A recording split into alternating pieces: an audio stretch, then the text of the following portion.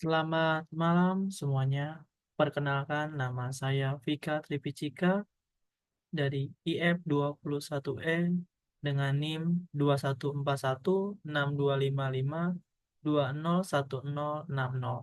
Di sini saya akan mempresentasikan tugas mata kuliah sistem terdistribusi dengan materi penamaan.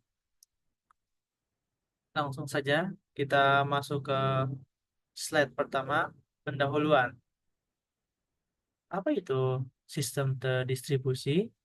Sistem terdistribusi adalah kumpulan komputer atau perangkat yang bekerja bersama untuk mencapai tujuan yang sama, namun tersebar di berbagai lokasi fisik.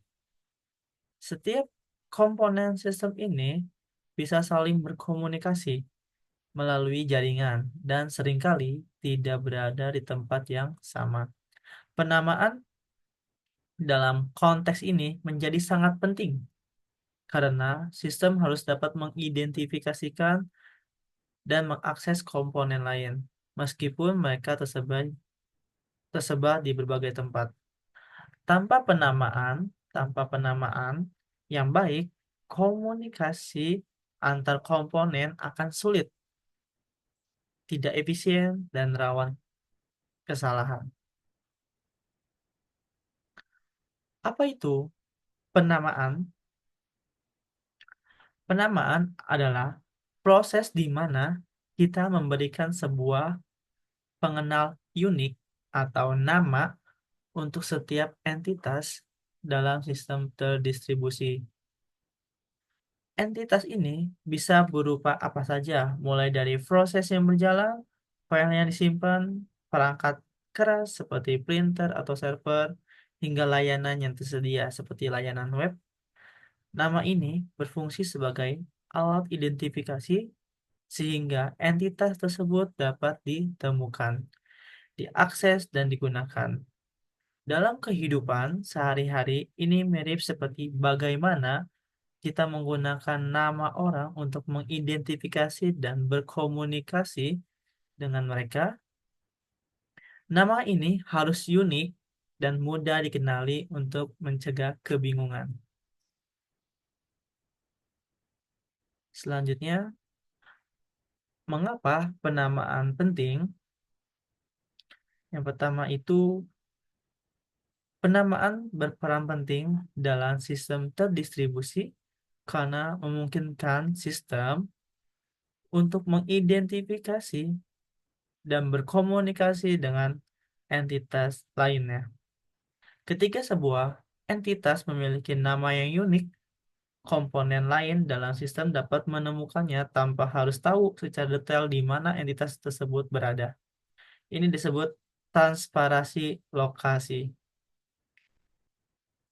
yang berarti kita bisa mengakses sumber daya atau layanan tanpa perlu peduli di mana secara fisik mereka berada. Selain itu, dengan penamaan yang baik, berbagai sumber daya seperti file atau layanan dapat dibagikan ke banyak pengguna atau sistem secara efisien. Slide selanjutnya, jenis-jenis penamaan dalam sistem terdistribusi. Ada beberapa jenis penamaan yang digunakan dalam sistem terdistribusi. Pertama, ada nama yang bisa dibaca oleh manusia seperti URL atau Uniform Resource Locator yang sering digunakan di internet untuk mengakses halaman web. Nama seperti ini mudah diingat oleh manusia. Kedua, ada pengenal yang bisa dibaca mesin. Ada pengenal yang lebih teknis yang bisa dibaca mesin seperti alamat IP. Alamat IP adalah angka yang digunakan oleh perangkat dalam jaringan untuk saling menemukan dan berkomunikasi seperti 127.0.0.1 dan lainnya. Dan yang terakhir adalah alias atau tautan simbolis yang digunakan untuk membuat referensi lain ke nama yang sudah ada, membuat akses lebih fleksibel dan nyaman. Selanjutnya, skema penamaan. Ada beberapa skema atau metode yang dapat digunakan untuk menamai entitas dalam sistem terdistribusi. Yang pertama itu flat naming. Flat naming adalah skema di mana setiap entitas memiliki nama yang sederhana dan unik.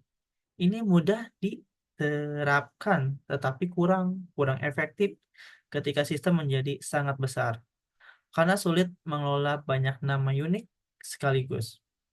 Terus selanjutnya itu ada hierarchical naming. Hierarchical naming lebih terstruktur, biasanya berbentuk pohon, seperti yang kita lihat pada URL.